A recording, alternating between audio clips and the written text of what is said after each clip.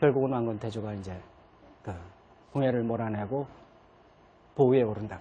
보위에 오르는데 사실 그 보위에 오를 때 왕건태조는 이제 그 신하로서 군주를 몰아내는 거는 도리에 합당치 않다 해서 끝까지 사양을 했다는 거예요. 사양을 하는데 이제 여러 그 공신들이 그 배현경이니 무슨 그 삼능산이라고 신순겸 같은 이들 이런 이들이 모두 그 추대를 해가지고 그 보위에 오르게 했다. 그래서 궁예는 이제 왕건태조가 이제 보위에 올랐다는 소리를 듣고 달아나서 지금 철원에서 북쪽으로 달아나면 평강이에요. 평강 산골짜기로 달아났다가 며칠 산속에 숨어 있자니까 배가 고파서 그게 6월달이니까 6월달이니까 그래서 배가 고파가지고 그 골짜기에 숨어 있다가 나와서 이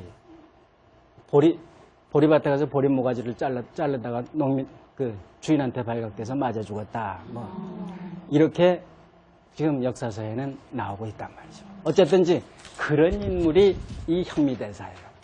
그러니까 왕건태조는 등극하고 난 다음에 현미대사는 이미 돌아갔죠. 돌아가니까 나머지 사무의 대사 중에 세 분들을 차례로 불러다가 왕사를 삼아요. 왕사를 삼고 이 현미대사한테는 등극하자마자 그 오관산에 이 태안사라는 절을 짓고 거기다가 부도를 해세우고 사리탑을 해세우고 다시 장사를 지내드리는 거죠. 그러고 이제 비석을 지어서 비문을 지어서 비석을 해세우라고 그렇게 했단 말이에요. 근데 오관산은 지금 이 개성 북쪽 개성에 있어요. 개성에 우리나라 지금 우리 서울에 이 삼각산이나 도봉산처럼 그렇게 있는 게 오관산이에요. 거기에 이제 했는데 우리 지금 웬일인지 오관산 태안사 자리에는 비석이 남겨져 있질 않아요. 그리고는 이제 원래 주지하고 있던 이 무의사의 비석이 나중에 고려 정종 원년에 세워져서 여러분들이 본 것과 같은 비석이 세워지고 있단 말이에요. 그래서 그리고는 이건 이제 용문산에 있는 그리고 또 한 분이 이 대경대사 여음이라는 분이에요. 사무의 대사 중에 지금 세 번째 꼽고 있죠. 여음이라는 분인데 그분의 주석처로는 이 용문산을 삼아서 그 용문산을 미지산이라고 그럽니다. 그래서 용문산에 가면 지금도 있어요. 저 부도가. 그렇게 파괴된 채 6.25 때 이렇게 많이 파괴됐어요. 그래서 파괴된 채로 있는데 여기서 이분이 사시게 해서 왕사로 삼아가지고 그러니까 개성 주변에 살게 모두 배려를 했단 말이에요.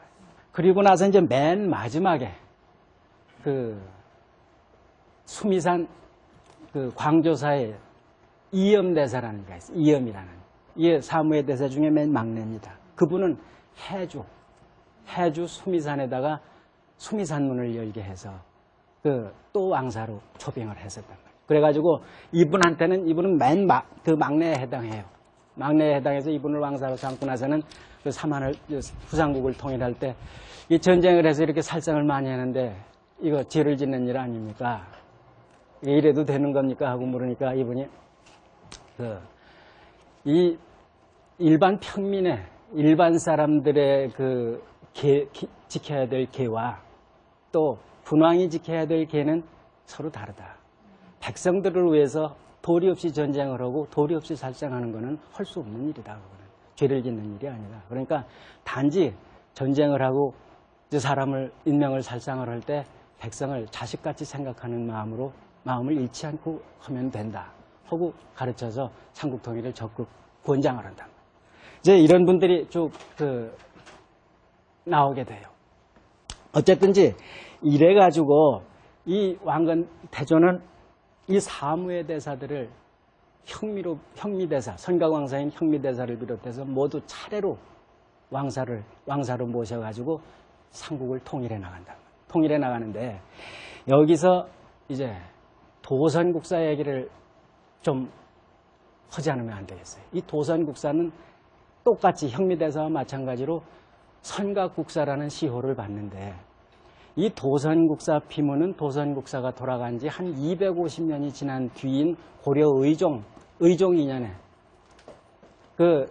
처음 1150년에 처음 지어집니다. 그 전에 비문이 있었다고는 그 비문 속에서 얘기를 하는데 있었던 비문은 왜 다시 짓겠냐 말이에요. 그래서 있었다는 얘기는 우리가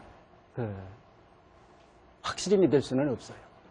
믿을 수는 없고 이 시기에 지어진 비문은 분명히 남아있단 말이에요. 남아있는데 이런 250년이나 지나서 비문을 새로 이제 최유창이라는 분이 지어내는데 그게 의종 2년이에요. 의종 2년에, 의종 4년이요. 의종 4년에 이 비문을 처음 짓는데 이 비문 속에서 뭐라고 되어 있냐면 이분이 월출산 밑에 영암 구림에서 났다는 거예요. 지금도 영암 구림이 있습니다. 구림에서 났다고 이제 그러는데 구림에서 나가지고 이 양반이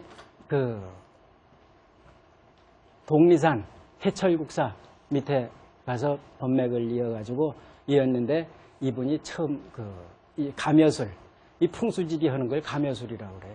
이 풍수지리설을 이제 지리산 구령이라는데 항아리째라는 데서 이 어떤 이인 기이한 사람이 나와가지고 이걸 가르쳐 줬다는 거예요. 가르쳐 주는데 남해 해변가에 가서 모래로 우리나라 산천이 생긴 모습을 쭉 다 그려놓고 여기서 이제 산천의 순역을 가져서 어떤 자리는 뭐가 좋고 이걸 다 지리수를 풍수설을 다 가르쳐 줬다는 거예요. 그래서 어쨌든지 풍수설의 그래서 이 비문을 통해서 도선국사가 풍수설의 시조다 이렇게 얘기를 해놔요. 그런데 실제로 고려사 같은 데서 얘기하기를 왕건태조가 나기 전에 이 도선국사가 와가지고 집을 짓고 있는데 왕건태조 아버지 용건이 집을 짓고 있는데 이 도선국사가 와서 집터를 이게 좌향을 잘못 놨다 해서 바로 잡아줘가지고 주고 나서 이 삼안을 통일한 임금